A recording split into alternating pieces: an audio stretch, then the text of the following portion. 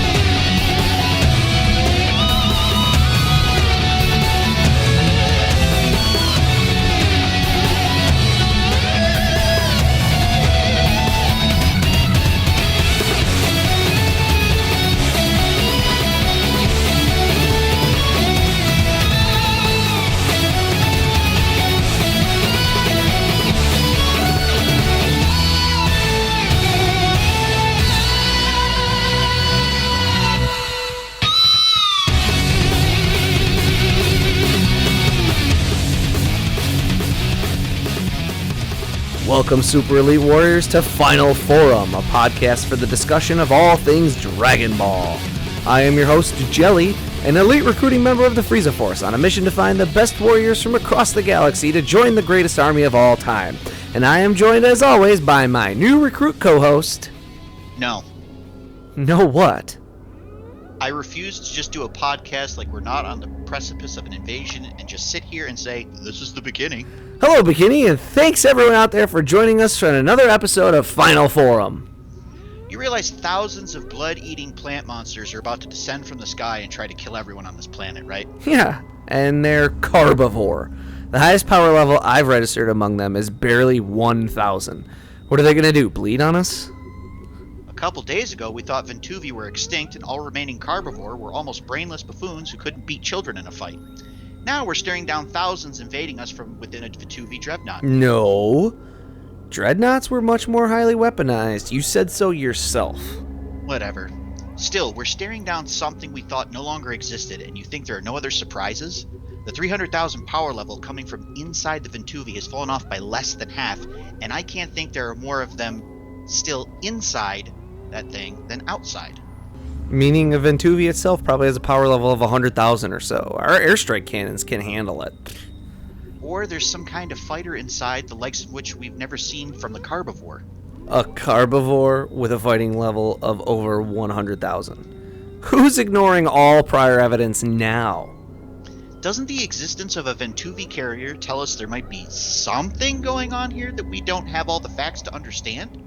Shouldn't we be at least prepared for a fight? Our ground forces are preparing, Bekinney. This whole scuffle will blow over before you know it.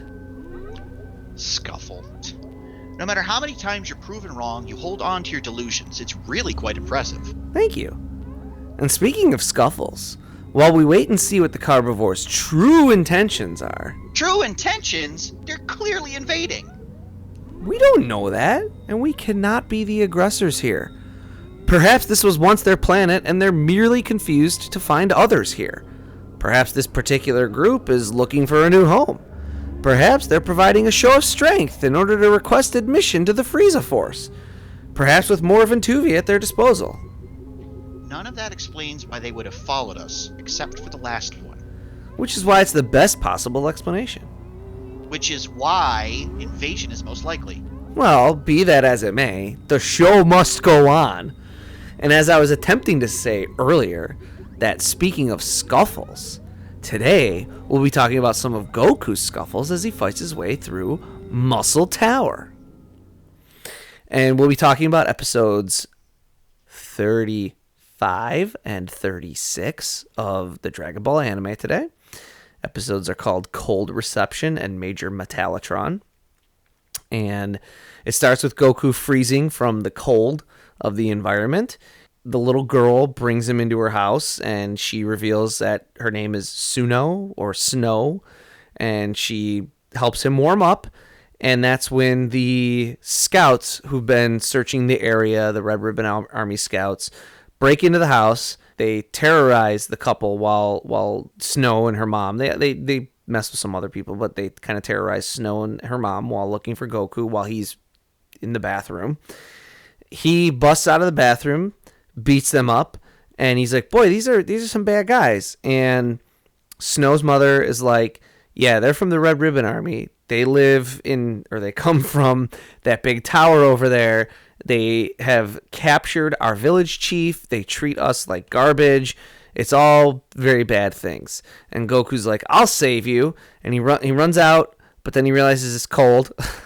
So he comes back, gets some cold weather gear, and he's not much for forethought, is he? no. And he runs back out of the house and runs up to the entrance of Muscle Tower. And then Major Metallitron, the episode features him getting inside the tower, fighting off some, peons and going up to the next level of the tower. Meanwhile, General White and this ninja are watching him, and they're amazed like that he takes out this kind of room full of people. And they're like, "Don't worry. When he goes up to the next level, he'll face Major Metallitron. No one has ever beaten him." And Goku goes up to the 3rd floor because he actually power pulls into the building and skips the 1st floor. So he goes up to the 3rd floor and meets Major Metallitron, and they have a big battle. And Goku punches him and knocks him down, and then he gets back up immediately. And then he starts to crush Goku, and then he fires a missile out of his mouth, and Goku's like, "Oh, you could have hurt me with that one." So he blasts a Kamehameha at him and blows his head off, and he's like, "I didn't mean to kill him."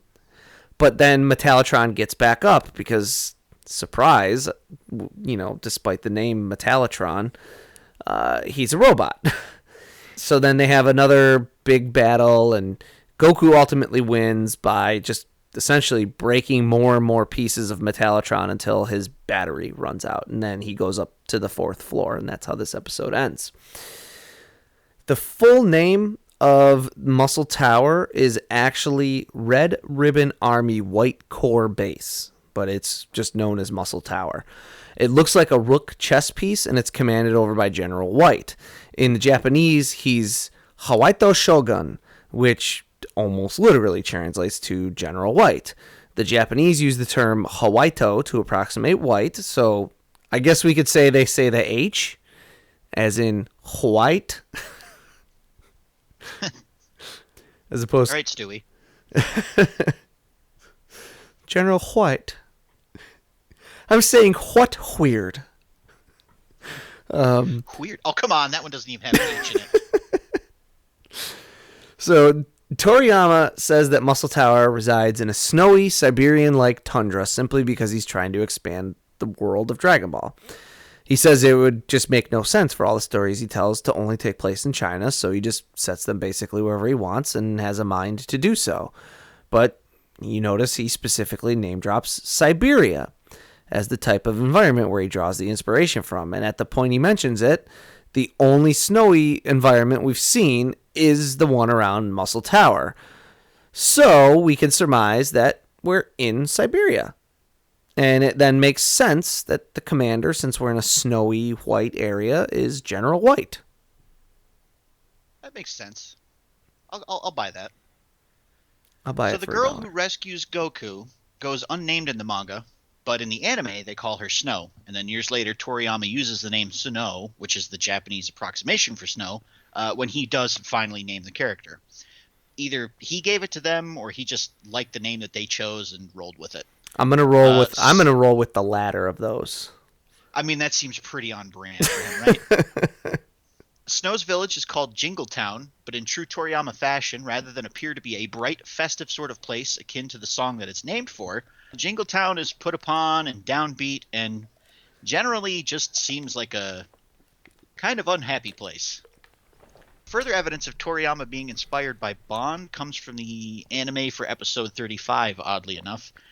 Clearly, the anime staff is picking up what Toriyama's putting down here, because the scene where Goku goes to the bathroom and the two guys shoot up the door and then he's revealed to be fine is directly inspired by a part in You Only Live Twice when Bond is folded up into a Murphy bed and then the walls shot full of holes and everyone assumes Bond is dead.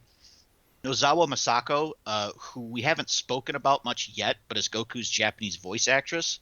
Yes, that's right. Goku's played by a woman. Get over it. Said this part left a major impression on her. She found herself both nervous and then laughing at the reveal that Goku was fine. Yeah, we'll do more on her later. She's one of the most beloved voice actors in Japan and seems like a pretty awesome lady from what little I've ever seen. I can concur. Yeah. But the reason she's kind of surprised is because at this time in Japan, and I think in anime in general, the typical method for sure in the US is characters read a script and record a script, and then it's animated kind of around them. At this time in Japan, they are like essentially dubbing over an already animated sequence. So she's watching it kind of as it happens. So she thought like that would be pretty interesting to go into work one day and you're recording your lines, and then as you're watching it, you think your character just died, and you're like, well, I'm out of a job now. But yeah, as we already know about Goku and mentioned, when we were talking about episode 35, he's pretty willing to face his challenges just head on. He simply charges directly at Muscle Tower. He's direct. He faces his problems head first. He prefers to take immediate action and react to the situation as it requires rather than strategize and plan. He doesn't want to wind up doing nothing and thinking instead of taking action. This is something we'll see for the rest of his life as he figures out his opponent's strategies in the middle of fights and takes a long time to go full out because he doesn't spend time planning first. He has to kind of feel his way around the situation and get an idea of how to react rather than come up with the right course of action in the first place. This is also what is used really well to really good effect in Super when we talk about why do they keep bringing these much weaker characters back. Well, Goku's like, oh, it's because you're smart. You can strategize better than me. When we're in these kind of team situations, I'm not that guy. I react to things as they happen. I'm not like... You could almost say he relies on his instincts. But yeah, it's that he's just not a planner. But then the idea of him fighting his way up this tower is inspired by kung fu movies and video games, and it shows Toriyama's abilities to blend cultures throughout his work. And Toriyama himself even says, quote, "At the time, there was a game for Famicom called Spartan X that I often played. Strong enemies came at you real quick, and you beat them up. It was even based on a kung fu movie." So Spartan X is the Japanese name for a Jackie Chan movie called Meals on Wheels, which we already pointed out is where Launch's character design comes from. He stars Jackie Chan, Yuan Biao, and Sammo Hung. I hope I got those names right. Yeah. And the finale takes place in a huge Spanish castle with lots of floors. The game was created by Nishiyama Takashi, who would go on to later create Street Fighter. And the game involves climbing up a 5-floor pagoda to rescue your kidnapped girlfriend, defeating martial artists and final bosses on each floor. Now, if you're a millennial or later, you might think that obviously the Spartan X game is inspired by the Spartan X movie. Stands to reason, right? What you don't realize, unless you're an older millennial, which they exist, don't ask me how I know this, I just know they do, is that the 80s and 90s were a madhouse when it comes to adapting things. You could slap a franchise's name on something and it could just be whatever you wanted, and it didn't have to have anything damn near to do with the source material. For an excellent example of this, just look at the Super Mario Brothers movie. There's nothing about that movie is anything like the actual Super Mario Brothers, but it is what it is. The Spartan X game was inspired by Bruce Lee's Game of Death, which also involves the main character fighting his way up a 5-floor pagoda to save his girlfriend. The movie was never finished due to Lee's untimely death, but the unfinished film has been released, and because of the posthumous nature of Lee's starring role, the movie becomes quite famous. Why is this game named after one movie despite being based on another? Mostly timing. Game of Death is from 1973. Wheels on Meals and Spartan X were both due out in the same year, and since the game was quote-unquote close enough to the movie, they slapped a name on there to increase the sales of both. For those of you not in the know, the Famicom is the Japanese version of the original NES, and the game was sold in the States as Kung Fu, and this little tidbit is very near and dear to my heart because a very young Bekinney used to play this game all the time when he was a lad and had a great time with it. It's a fun game. I never played this one. God, look at like the video games based on movies from this era. It's a madhouse, right? Like Movies, and the other one was there was a lot of like cartoon based video games that had like nothing to do with the plot or anything like that. or like cartoons And like based on movies, like the Beetlejuice cartoon. nothing to do with the movie. other than the titular characters. Where Beetlejuice is like a hero and him and Lydia are best friends. Like, yes, that's the world we used to live in, people.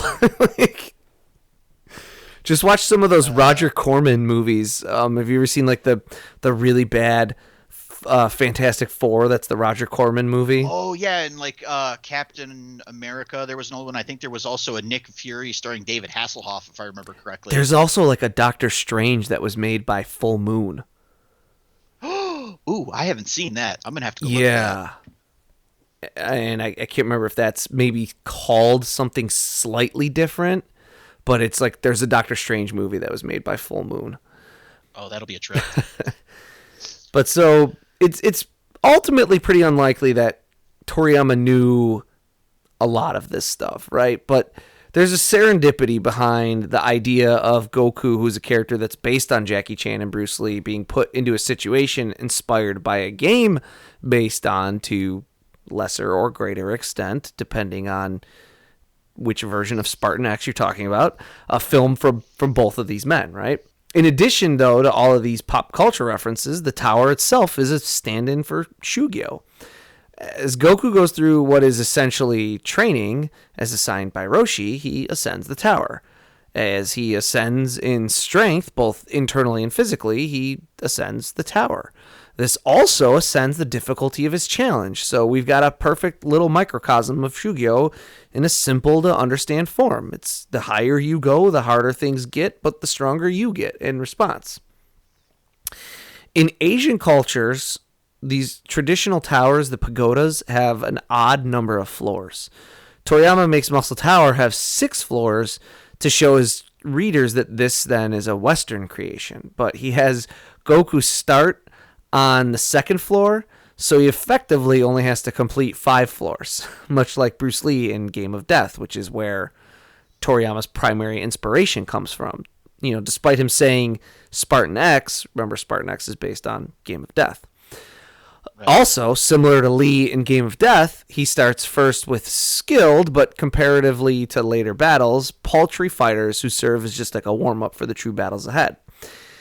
In expanded universe multimedia for the Dragon Ball franchise, it's shown that floor 1 is for infantry and floor 2 is for NCOs or non-commissioned officers. So the men Goku first encounters are above like the lowest level grunts and petty infantry. They're more sergeants and things like that. It's not a hard battle, but Goku does work up a sweat, and he even takes off his winter clothes.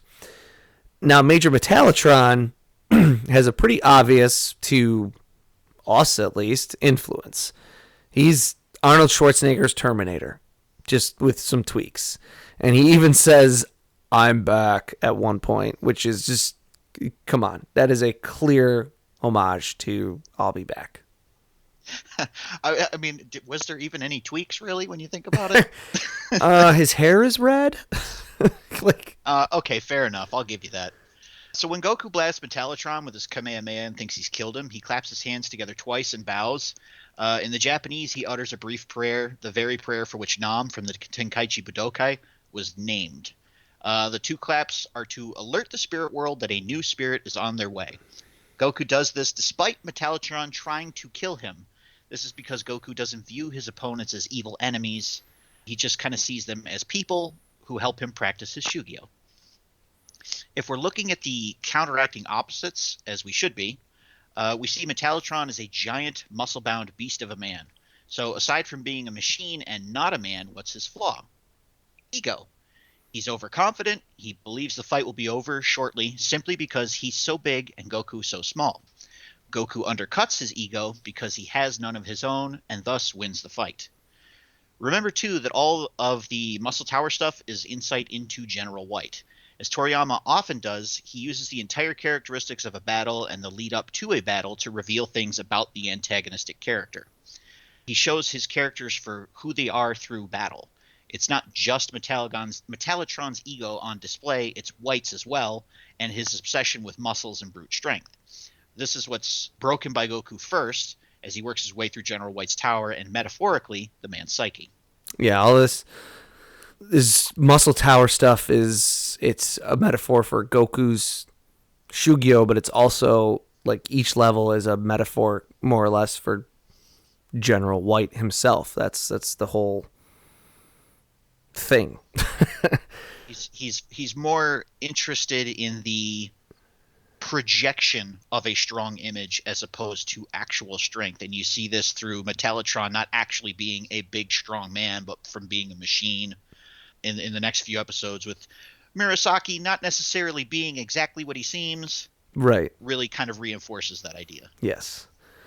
We're starting to see, we've got Game of Death, which is and obviously a Chinese movie, being a kung fu movie, and we've got a Jackie Chan movie, which is also Chinese. But we're starting to see more and more of these Western influences come in, right? We talked kind of about the Nazis in the previous episode and the Bond-ness of some of it, and now we've got Terminator popping up. We don't know this for sure, Bekinney and I, but and because Toriyama has never talked about it, but we wanted to talk a little bit about why we're seeing at this point in Dragon Ball more of the Western influence kind of start coming in. It's kind of an interesting discussion to have, and it's a lot of conjecture, but it kind of stands to reason that it's happening because Toriyama's and Torishima are, if nothing, like pretty smart businessmen. Actually, True. They have been watching what sells. And they've been paying very close attention to that, especially Torishima. I mean, that's his job. His job is to be the editor that gets this stuff sold. What sold in Dragon Ball so far? The tournament, the Tenkaichi Budokai. Exactly. When he started bringing in these kung flu. Oh boy, edit that out. When he starts bringing in these kung fu influences from movies. So then what's kind of the next sort of extension of that is bringing in more movies and the movies that he likes. And I mean, obviously there's Terminator, but like we said last episode when we were talking about the Red Ribbon Army in general, there's like a lot of ties to things like Indiana Jones, James Bond, and these are all things, movies from James Bond's kind of a whole range of like 60s to like the 90s. I think. Which would and then be stuff Toriyama. Indiana Jones is the 80s, which is around the time when he's writing Dragon Ball. So it seems to us like maybe he's got these movies going in the background as he's doing his work. And as time progresses, he starts accruing like more movies that he enjoys. And then I'm pretty sure around this time you would mention that Japanese studios had realized they could start importing films and making just as much money as making their own films. Is that right? Yeah, it certainly becomes more of a trend in the later 70s and then in the 80s and such is the Japanese cinema.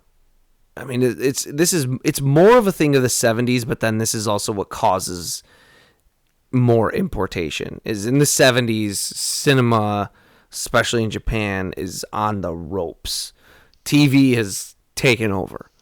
You see this like Toho, who is one of the biggest companies they are the biggest film studio in Japan, is now they're making movies like with stock footage. They're making movies for pennies on the dollar because they're just trying to barely stay afloat. Daiei, who was one of the biggest studios in Japan, they go bankrupt. The last two Gamera movies that were being worked on, every day that the director showed up, he was not sure that he had any more money to make the movie or pay his crew. At any point, he was like, I was expecting a call that was like, you're done. We are out of money. Oof, that's bleak. And that's the 70s in the late 60s, but definitely the 70s making movies in Japan is for a lot of these productions. At any point, you could get a call that's like, yep, we're out of money. Go home. You're done. And so if you have a dearth of homemade content and it's poor quality because you're not throwing any money at it, well, then where are you getting content from? You're importing it, right? Western cinema becomes more and more popular in Japan throughout the 70s and then into the 80s. And yes, TV too, obviously, because this is the rise of television and home video. But this is now when Western culture starts mixing into Japan a lot more. And Toriyama is actually really at the forefront of this. We talked about this when we talked about... Was that when we talked about Toriyama? Yeah, it was when we talked about Toriyama and his difficulties breaking into the industry. And what ultimately even got him noticed by Torishima is that he uses English text.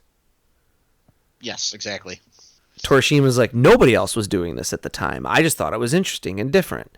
And yeah, his writing wasn't very good, and his drawings were just okay, and his stories were bad. But he's like, but his style was so unique because he was using these English characters. And that's... So Toriyama's at the forefront of bringing Western culture into Japanese pop culture, really. And I also think it's kind of interesting how he's at the forefront of sort of introducing Western pop culture to Japan, and then Dragon Ball itself becomes a lot of the first experience that most Westerners have with Japanese culture, and we start getting that sort of cross-pollination going on. Right. Yeah. Yeah, it's a circle. It's a circle. There's no corners. This is some of the earliest that you really see this happening, which is why I think people kind of struggle to say, oh, was he influenced by this? Because it seems a little early for that, but I don't know. Again, conjecture. I mean, great example of that was just this last episode. We were talking about Red Dawn, and we weren't even sure if that was in the right time frame. Right. You know, and yes, it's definitely conjecture on our part, and we're not sure that it was the first, and it was at the. But it certainly is more at the forefront than, say, for example, a certain franchise about a 300-foot tall fire-breathing dinosaur lizard. I don't know what you're talking about. I've never seen this man before in my life. But yeah, no, in the early 90s, you start seeing Godzilla movies that are very heavily influenced by Western movies. There's like time travel and Terminator references in the 1991 film. The 1992 film has Indiana Jones references in it. The 1995 film has Aliens references in it. So like to say that Toriyama is among the first bringing this kind of stuff into the pop culture spectrum in Japan, it cannot be that far off when movies 10 years later are referencing things that he's referencing in 1984. It's really just about him, we think, saying, okay, well, when I pulled stuff in that I really liked when I was a kid, this started to become more popular. This Dragon Ball. What if I pull in? Let's do more of the same. What if I pull in some stuff that's popular now? And I think that's also what makes Dragon Ball catch on with people. Is yes, the anime lags a little behind the manga, and we talked about that a few episodes ago, didn't we? Yeah. We're talking about how the whole. Like the 20 like chapter the manga gap, trying to stay so far ahead of the 20 chapter gap. Exactly. Yeah, and he's so much at the forefront of that in the manga that even by the time it hits TV screens, like 18 months later, that stuff is actually still popular. Sure. and so it still catches with people, and they still like it. And yes, that's, I understand, that's just a, the world was different in the 80s type of thing, you know. Well, I mean, I don't know if it's just an 80s thing though, because I mean, you still do see like intellectual property crossovers for a lot of like different marketing reasons and stuff these days. Yeah, that, I mean, that's true for sure. I just think it's, if if you see a manga reference something, and then the anime reference it, and they're 20 episode or 20 chapters behind, which is 20 weeks, you know, the pop culture news cycle of 2021 means that you have missed the boat. Like, That's true. versus you know, like the 80s where something will, I mean, hell, talk about when I mean, I can think of like some Marvel comics from like the early 2000s that have references in them, and I go back and read them now, and I'm like, ooh, that's super dated. yeah, it's just how the, I mean, I go back to, one of the things I always go back to when I talk about this is when I was a kid, and I don't want to say what age kid, but still, when I was a younger gelatinous blob, one of the most popular movies was Jurassic Park. That movie Yeah. was, I swear to you, that movie was in theaters for like a year, right? Like, I'm not crazy in I thinking that. You know what? I'm gonna look that up really quick. The movie was in theaters for a very, and it took like 12 to 18 months to hit home video. That movie stayed relevant for a very long time, and that happened in the 80s and 90s all the time, and even the early 2000s. And I'm looking at it right now. It was in box offices for over a year and a half. yeah, It released in June of 1993 and finally wrapped up in October of 1994. that doesn't happen anymore. No, it absolutely does not. You could push that in your manga in 1984, and then it could hit the anime in 86, and people would, it would still be popular. You know, Sure. it Yeah. would still be like a timely reference. So he lucks. I'll say he, in addition to being among the earlier ones to do it, he lucks out on timing in that He's in that time period where that kind of a time lag wouldn't kill the reference. right, exactly. I mean, the evidence is starting to mount up that, like, unless someone tells me otherwise, this is what I'm going with. We do a really good job here of convincing ourselves that we're right. Hey, We're just that smart. no, if anyone has, like, you know, if anyone out there listening knows better, feel free to drop us a line, hit up our Facebook, hit up our Twitter, but I do not check into that very regularly. Yeah, there's not much activity going on there right now. You could drop us a line at finalforumpodcast@gmail.com, and yeah, let us teach us, learn us a thing or two. That's right. We're not above being reprimanded for being wrong. Yeah, and I'm not above doing a retraction either.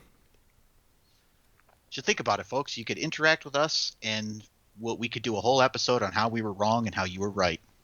And then you'll feel really validated. And you are.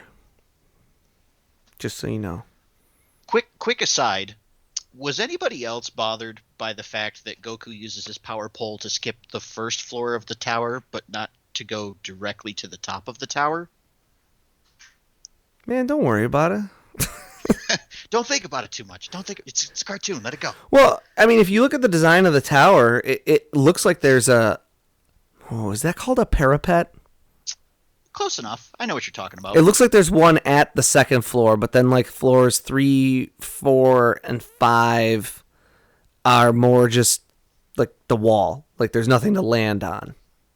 Right, but I'm saying because we already know he's taken the power pole all the way to the moon. So like, what couldn't he just like put himself on top of the tower? But if you go to the very top, do you know that there's an entrance inside from the very top? Guy could just punch a hole in the floor. Honestly. Yeah, but you're Goku and you don't think about this stuff. Also true.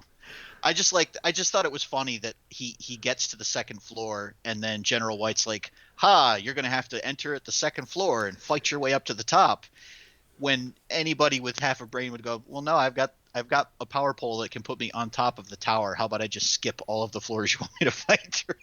Arguable whether Goku has half a brain, I guess, is the... Well, yeah, that's fair. That is fair. We talked about the reaction, his reactivity thing. That's a definite Goku staple, you know, that he figures his stuff out just in the middle of doing it, kind of, so... Well, I mean, I guess it's also kind of appropriate to the character that he's not going to take the easy way to the solution. He's going to brute force it. Yeah. So does it still bother you? I mean, it does a little bit, but it's at least consistent with the character, so I suppose I can forgive it. Yeah. Look, Bekinney, all your panicking, and it seems like the Carbivore may be turning back to leave. This little scare will have been nothing more than an odd encounter to note among the many we've already had. They don't look like they're leaving or retreating to me. Well, what do they look like they're doing to you, since you're not an expert on behavior as well? Admittedly, I'm not, but they appear to be gathering back near the vents in formation, as if they were waiting for some covering fire before venturing out. And why is the Ventuvi opening its mouth? Probably to produce the fighter with the high fighting power so he can come down here for some negotiations. Now you believe the Carbivore have a strong fighter? Well, I don't see any other explanation.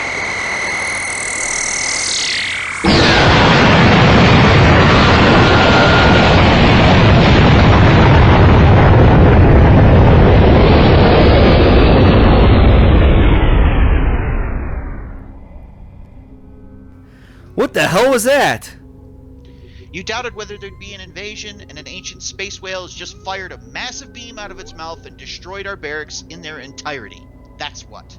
I still say this will be over before we know it. Once our men collect themselves and begin firing our plasma energy cannons, a target that big won't stand a chance, and as an invading force, the Carbivore are hardly impressive. But listeners, we will take our leave of you here. Will this be the battle of the century, or will it all be over before we next speak? Will you reach your final form?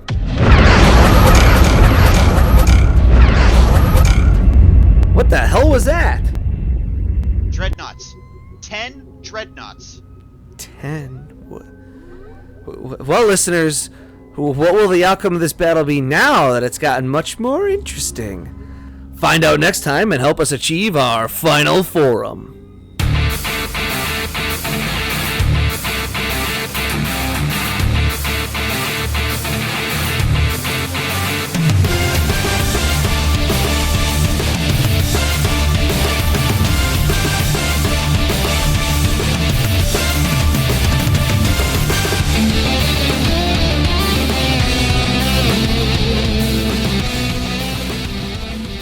Final Form is written and produced by Tom Gwelly.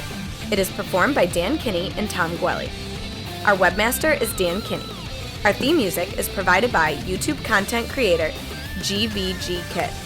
Want to learn more about the Dragon Ball universe, including concept art, behind-the-scenes interviews, and recommendations from Jelli and Bekinney? Connect with us on social media. Like us on Facebook, follow us on Twitter at Final Forum Pod. Make sure to subscribe, rate, and review wherever you receive your podcasts. And of course, make sure to share with your friends and family and help us spread the word of the glory of Lord Frieza. The Frieza Force thanks you for your listenership.